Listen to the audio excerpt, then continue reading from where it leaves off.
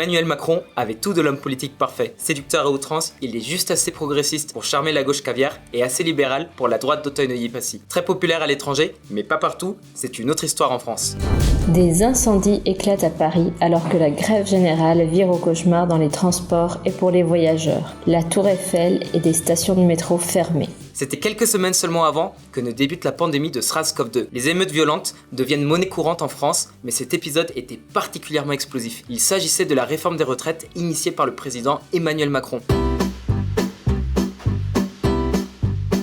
La France et d'autres États-providence ont des systèmes de retraite à la ramasse. C'est un système par répartition, où les travailleurs cotisent non pas pour financer leur propre retraite, comme on aime le penser, mais pour verser les pensions des gens déjà retraités. Et du fait de la pyramide des âges et de la tendance démographique défavorable, de moins en moins de jeunes cotisent et de plus en plus de personnes âgées perçoivent leur retraite. Le système est au bord de l'effondrement et les répercussions pourraient être catastrophiques. Mais peu d'hommes politiques veulent se frotter au problème parce que toutes les mesures qui permettraient d'y remédier sont impopulaires. En plus, ce sont des questions qu'il faut résoudre sur le long terme, des dizaines d'années à l'avance, et les politiques cherchent des solutions à court terme qui peuvent leur apporter des voix dans les quelques années qui suivent.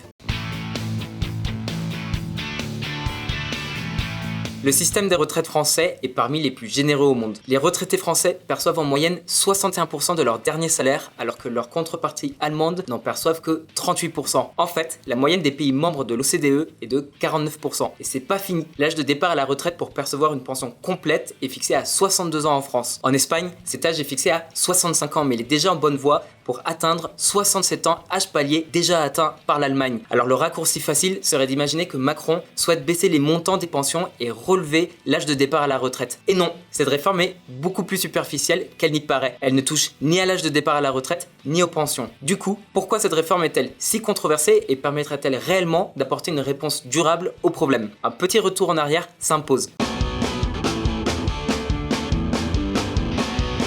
Vestiges du roi Soleil.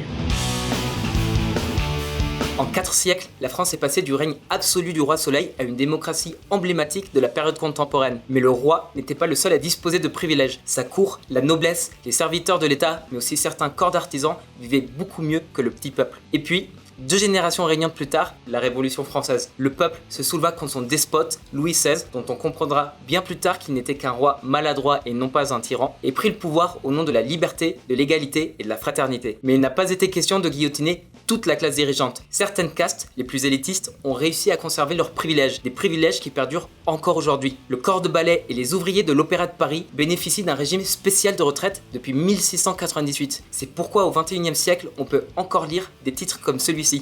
L'Opéra de Paris en grève pour défendre les retraites de Louis XIV. Alors de quel privilège parle-t-on ? Rien de moins que le droit de prendre sa retraite à 42 ans. Alors oui, le ballet est un art très exigeant qui pousse le corps humain à l'extrême. Et les danseurs de l'Opéra de Nice ou de Bordeaux n'ont pas le droit à ce régime spécial de retraite car ils ne profitent qu'aux danseurs qui ont diverti le roi Soleil il y a 400 ans, c'est-à-dire ceux qui travaillent à l'Opéra de Paris. Et ce ne sont pas les seuls à bénéficier de ces traitements de faveur. Exemple plus évocateur, la Société nationale des chemins de fer, la SNCF. Ses salariés sont considérés parmi les plus privilégiés de France. Ils peuvent prendre leur retraite aux 2/3 de leur salaire dès 50 ans. Ce régime particulier date de l'époque où les conducteurs de train devaient pelleter le charbon dans les locomotives à vapeur. Alors même si leur âge de départ à la retraite passe à 52 ans en 2024, les salariés de la SNCF continueront à travailler une décennie de moins que les autres Français. Sauf les derniers à avoir été recrutés par la SNCF qui seront d'emblée couverts par le régime général et non plus par ce régime spécial. Au total, on dénombre 42 régimes spéciaux différents. Penchons-nous alors sur la notion d'État-providence à laquelle on se réfère régulièrement et qui apparaît courant XXe siècle. L'État-providence est une avancée considérable dans les démocraties occidentales, mais il convient de distinguer les modèles élitistes de ceux égalitaires.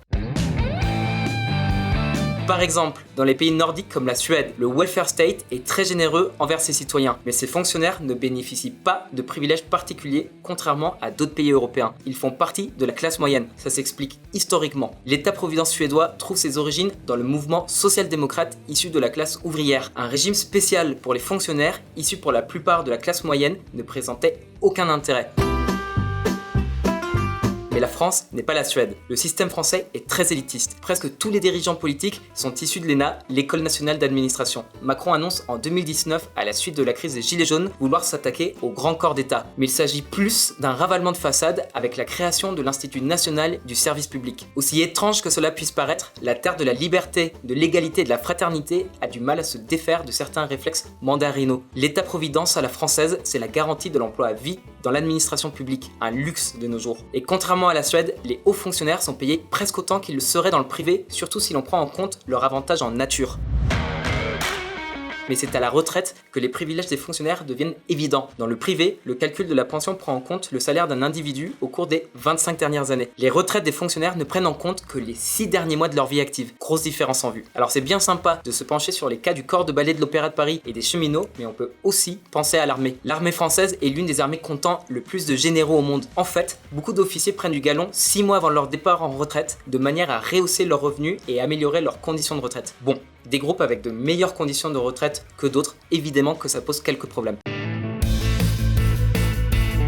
À chaque fois qu'en France, un homme politique a souhaité réformer le système de retraite, la rue s'est soulevée. Jacques Chirac, dans un premier temps, qui a rebroussé chemin devant les manifestations syndicales en 1995. Puis, Sarkozy et Hollande ont opéré quelques changements, mais n'ont pas osé se frotter aux privilèges de certaines catégories. Qu'ils soient de gauche ou de droite, socialistes ou libéraux, les gouvernements ont dû faire face à d'importantes mobilisations syndicales. Mais l'ampleur des dernières protestations ne connaît aucun précédent. Alors pourquoi la réforme souhaitée par Macron a-t-elle suscité autant de controverses au point de dépasser en intensité les manifestations de 95? On regarde ça tout de suite. Des parasites. Le fond du problème, c'est la proposition de Macron de mettre fin aux 42 régimes spéciaux de retraite. En son état actuel, le système n'est pas soutenable. Sa contre-proposition, c'est un système universel de points. Ces points vaudront exactement pareil pour les danseurs, les cheminots, les fonctionnaires et même les youtubeurs. Ceci dit, la perspective d'une réforme a mis le feu aux poudres avant même qu'elle n'ait été présentée. La crainte de perdre leurs privilèges a poussé un grand nombre de personnes à manifester dans la rue.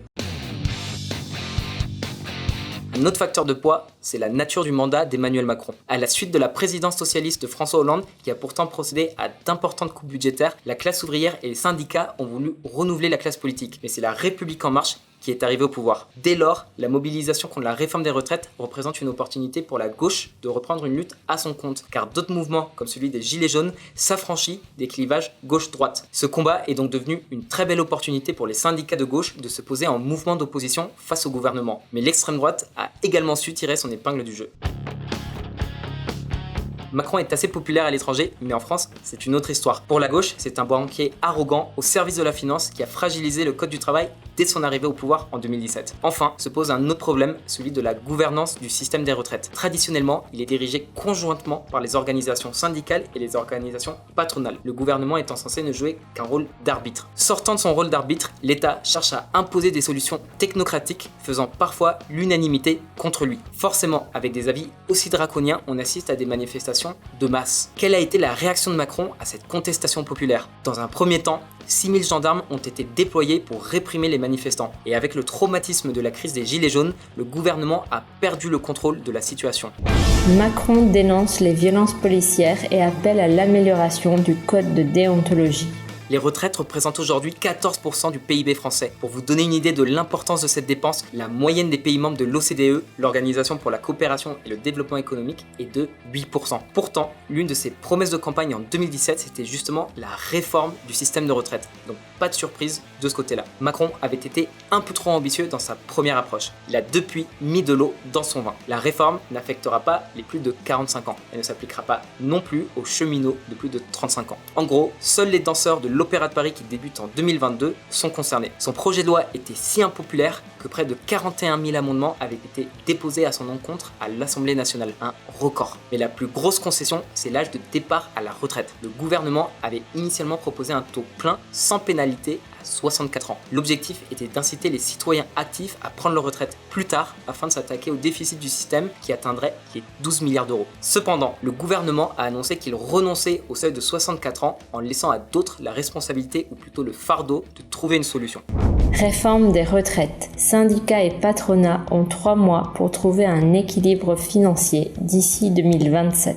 Mais la pandémie a mis un stop aux négociations. Le MEDEF et les syndicats se sont mis d'accord avec le gouvernement pour laisser cette question en suspens jusqu'à 2021. À ce jour, pas de développement significatif et les élections approchant, on n'est pas prêt de voir la situation se débloquer. Le gouvernement fera tout pour éviter une nouvelle vague de contestation pour éviter de perdre des points supplémentaires. Étonnamment, le taux de popularité de Macron est remonté durant cette crise sanitaire et se situe à présent à environ 46%. Emmanuel Macron est le président le plus populaire depuis 20 ans en fin de mandat. La possibilité qu'il remporte les prochaines élections est réelle. Il serait de ce fait le premier président depuis Chirac à renouveler son mandat, étant donné que ni Sarkozy ni Hollande n'ont remporté les élections à leur propre succession. Bon, c'est vrai que François Hollande ne s'est pas représenté, mais c'est certainement pour éviter une débâcle au Parti Socialiste. Mais les candidatures de Marine Le Pen pour le pour le Rassemblement National et de Valérie Pécresse pour les Républicains, talonnées par Zemmour, laissent entrevoir une bataille acharnée pour le trône. La question de la réforme des retraites risque de revenir sur le devant de la scène, mais pour citer le président Macron durant son allocution télévisée en novembre dernier, difficile de savoir si cette fois-ci les conditions seront réunies pour reprendre la réforme. On espère que cette vidéo vous a plu, dites-nous ce que vous en avez pensé, on est attentif à vos avis. Allez, courage à ceux d'entre nous qui avons encore 40 ans de métro boulot dodo devant nous. À la prochaine.